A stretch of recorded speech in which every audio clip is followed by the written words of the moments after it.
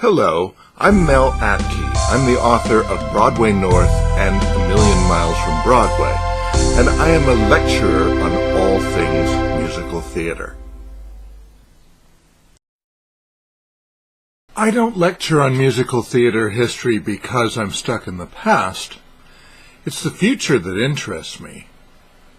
Then why do we need to learn about the great and not so great shows that went before us?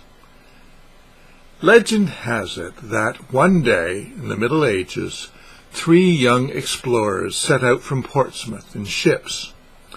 As they were only interested in discovering uncharted new worlds, they felt there was no need to bring maps with them. A few days later, they returned beaming triumphantly. One had discovered the Isle of Wight, while another had been greeted enthusiastically by the hitherto obscure natives of Sark, and the third had stumbled across an entirely new land called France. Studying the work that has gone before you is the only reliable way you can find out what hasn't been tried before.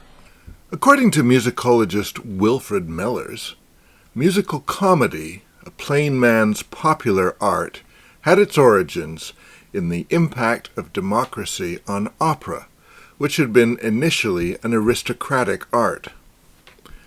Perhaps it's not a coincidence that Mozart wrote The Magic Flute shortly after the French Revolution, a time when the writing was on the wall for any autocrat with despotic tendencies.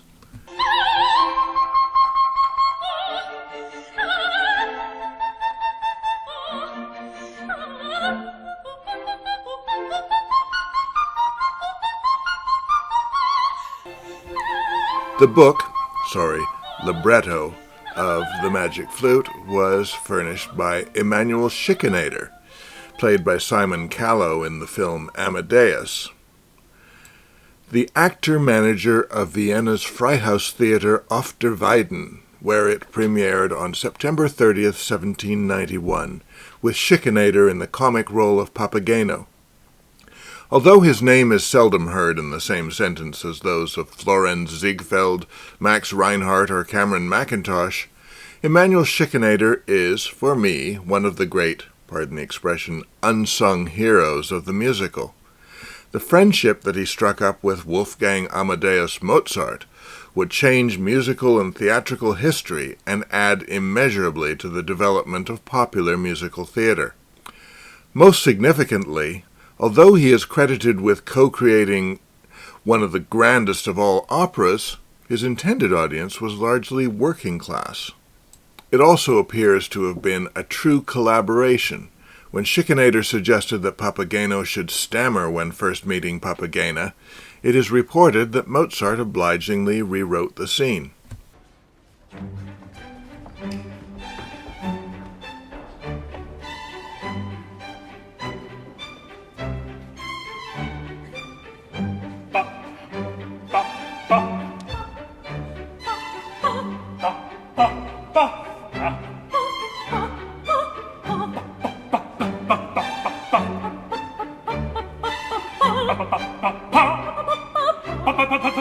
All of this apparently didn't bother Mozart. For some time he had been trying to reach beyond the stuffy confines of the state theaters and into vaudeville, or street songs. These were some of the first rumblings of what would later be called operetta, then finally emerge as musical comedy. However, The Magic Flute soon gained stature as a piece of grand opera, and in doing so its vaudeville origins were played down. If I were being churlish, I might suggest that it had been hijacked by the very establishment that it was rebelling against. It was to be another 50 years before the next major step in the creation of the musical took place, and it happened not in Vienna, but in Paris. It was an actor, conductor, composer, organist, and no doubt usher and ticket seller named Florimond Ronget, who is credited with advancing the form known as opera bouffe. Using the stage name Hervé, his hits included Don Quixote et Sancho Panza in 1848. Avec moi, vous pouvez bannir toute terreur. Je suis un vieux parmi les professeurs. Et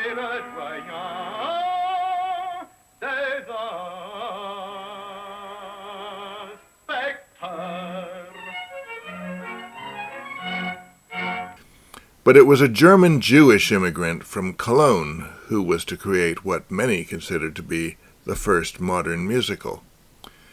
Born in 1819 in Cologne, Deutsch, Jacob, whose original name had at various times been Eberst, Weiner, or Levi, was the son of the cantor of Cologne Synagogue. When, as a 14-year-old, he arrived in Paris to study at the Conservatoire, he changed his first name to the more French-sounding Jacques, and his surname was derived from the family's hometown of Offenbach am Main. Jacques Offenbach supported himself by playing cello in the orchestra of the Opera Comique and quit the Conservatoire without ever receiving a diploma. In 1853 he began writing short comic operas, but was limited by law to only 4 actors and 1 act, an attempt to protect the hegemony of Paris's legitimate opera houses. Once this restriction was lifted, he was able to spread his wings, moving on from the burlesques and vaudevilles that were popular at the time. His somewhat subversive take on the Orpheus myth, in which the hero is forced to rescue his wife Eurydice from Hades, opened at his own Théâtre de Bouffe Parisien on 21st of October 1858.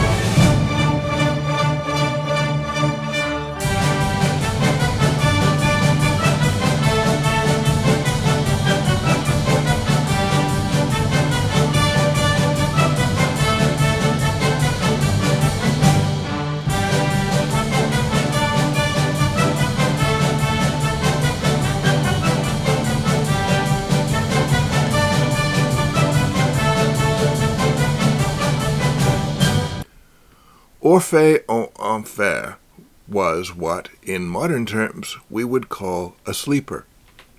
The review in Journal de Débat was so antipathetic that an open feud erupted in the media, the publicity from which ironically resulted in a respectable run of 228 performances. All of this was good news for Offenbach's many creditors. In creating this new form, Offenbach was, in fact, rebelling against what he believed to be the heavy-handed and pompous tendency of Italian opera then prevalent in Paris. Orphée's fame beyond France grew slowly as German-language productions played in Vienna, Berlin, and even New York. English playwright Jean Robinson Planchet admired Offenbach's music but loathed the libretto by Hector Crémeau and Ludovic Halevé, which included infidelity and suggestions of sadomasochism. On top of this, the then risque can-can was judged too racy for Victorian London, so Planchet adapted their work into a pastiche called Orpheus in the Haymarket, which opened in 1865. One reviewer complained of the washed-out and colorless result. Not until 20 years later did it finally reach Broadway in English, under the now famous title Orpheus in the Underworld. While Offenbach certainly affected the work that followed, his real influence might be summed up in an expression used by modern political pundits. By reaching out to a new audience, he changed the weather. In the musical theater, says Alan J. Lerner, he was indeed the father of us all. Even Carmen, one of the greatest and most popular of operas, is arguably really a musical, in structure if not in vocal style. In fact, it is probably the only opera in the world whose melodies are as familiar to the man in the street as are the songs from Oklahoma.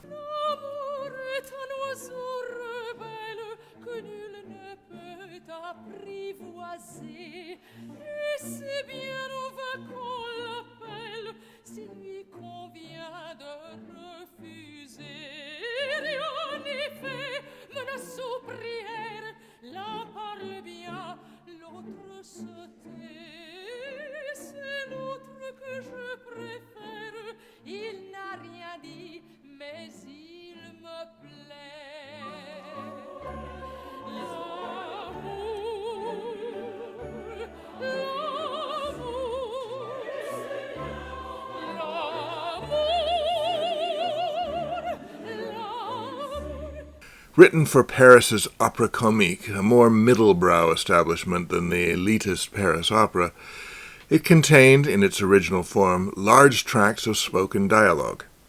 The music was by Offenbach's friend and protégé Georges Bizet, and the libretto co-written by frequent Offenbach collaborator Halevé with Henri Meilhac, based on a novel by Prosper Mérimée.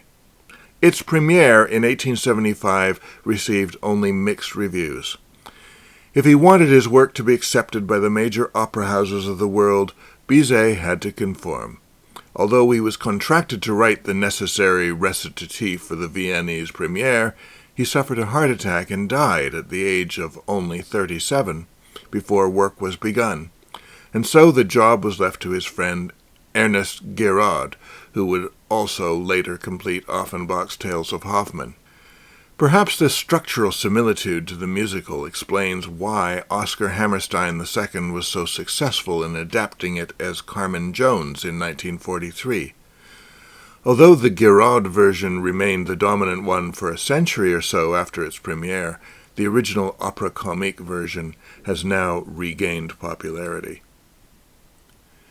Meilhac and Halevé would also, between them, provide the source material for two of the most popular operettas of all time, Die Fledermaus in 1874 with music by Johann Strauss Jr., and The Merry Widow in 1905 with music by Franz Lehár.